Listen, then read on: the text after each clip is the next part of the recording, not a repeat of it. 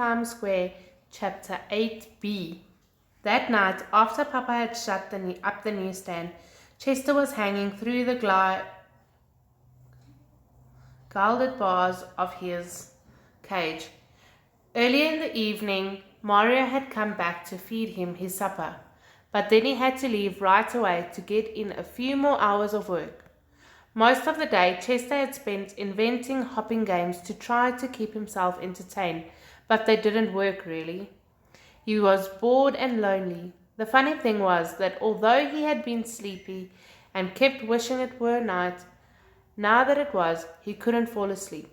Chester heard the soft padding of feet beneath him. Harry Cat sprang up and landed on the shelf. In a moment, Tucker Mouse followed him from the stool, groaning with pain. He was still limping in his left hind leg where the Fortune magazine had hit him. "How long is the sentence?" asked Harry. "Until Mario can pay back the money," sighed Chester. "Couldn't you get out on bail for the time being?" asked Tucker. "No," said Chester. "And anyway, nobody has any bail. I'm surprised they let me off that easily." Harry Cat folded his front paws over each other and rested his head on them. "Let me get this straight," he said. "Does Mario have to work for money as punishment, or does he just have to get it somewhere?" "He just has to get it," said Chester. "Why should he be punished? I'm the one who ate the money." Harry looked at Tucker. A long look, as if he expected the mouse to say something. Tucker began to fidget. "Say, Chester, you want to escape?" he asked. "We can open the cage. You could come and live in the drain pipe." "No," Chester shook his head. "It wouldn't be fair to Mario. I'll just have to serve out the time." Harry looked at Tucker again and began tapping one of his paws. "Well," he said finally. Tucker moaned and massaged his sore spot. "Oh, my poor leg. That mama believing can sure heave a magazine." "Feel the bump, Harry," he offered. "I felt it already," said Harry. "Now enough of the stalling. You have money?" "Tucker has money," said Chester Cricket. Tucker looked nervously from one to another.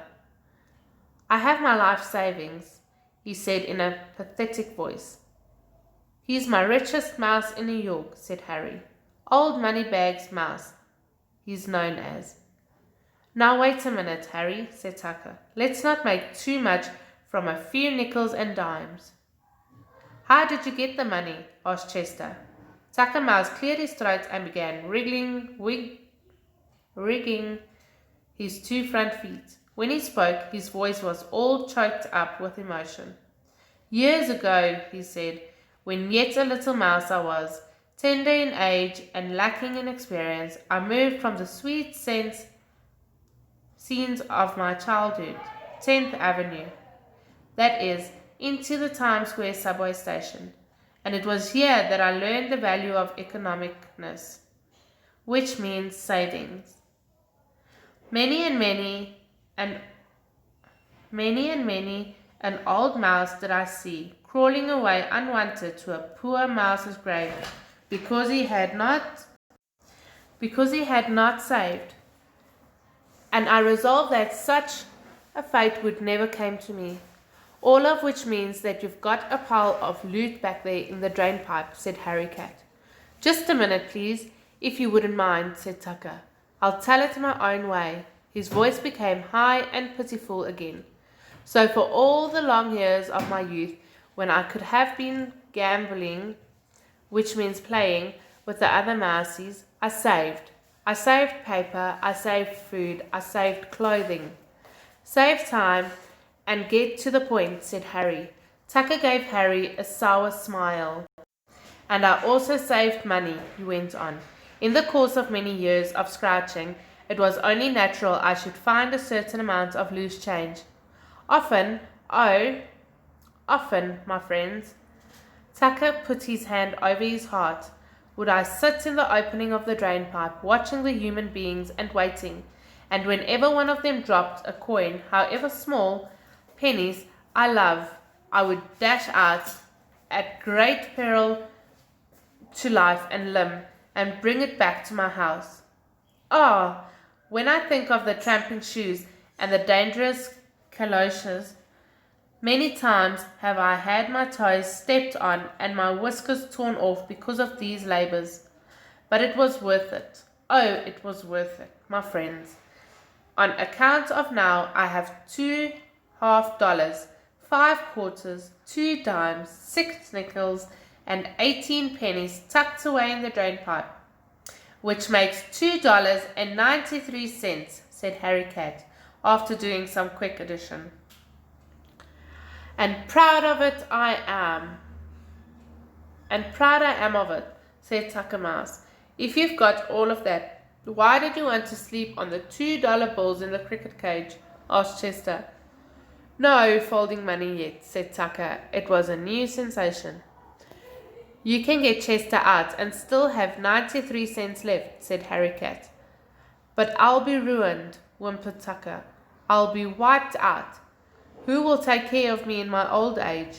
I will, said Harry. Now stop acting like a skinflint and let's get the money. Chester rang the silver bell to get their attention. I don't think Tucker should have to give up his life savings, he said.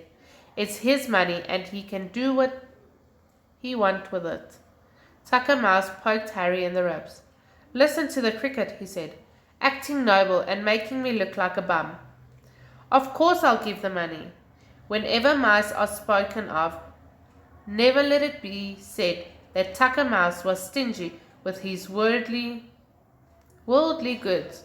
Besides, I could think of it as a rent I pay for sleeping in the cage, in order that Tucker could keep at least one of each kind of coin. Harry Cat figured out that they should bring over $1/2, 4 quarters, 1 dime, 5 nickels, and 15 cents.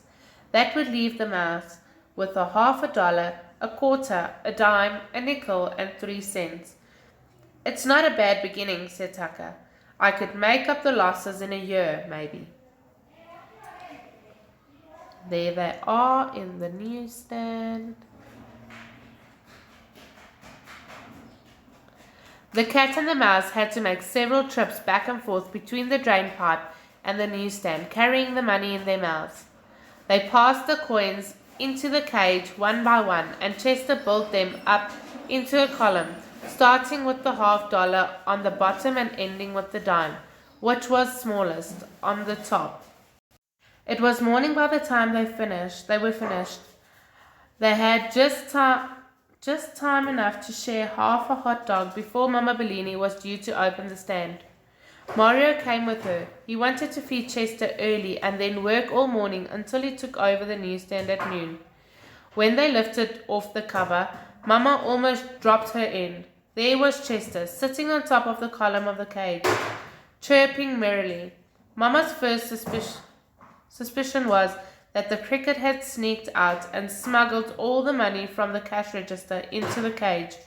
But when she looked in the drawer, the money from the night before was still there. Mario had the idea that Papa might have left it as a surprise. Mama shook her head. She would certainly have known if he had $2 to leave anybody. They asked Paul, the conductor, if he'd seen anyone around the newsstand. He said no. The only thing he'd noticed was that the big cat, who sometimes prowled through the station, had seemed to be busier than usual last night. And of course they knew that he couldn't have had anything to do with replacing the money. But whoever left it, Mama Bellini was true to her word. Chester was allowed out of the cage, and no further questions were asked. Although she wouldn't have admitted it for the world, Mama felt the same way about the money that Tucker Mouse did.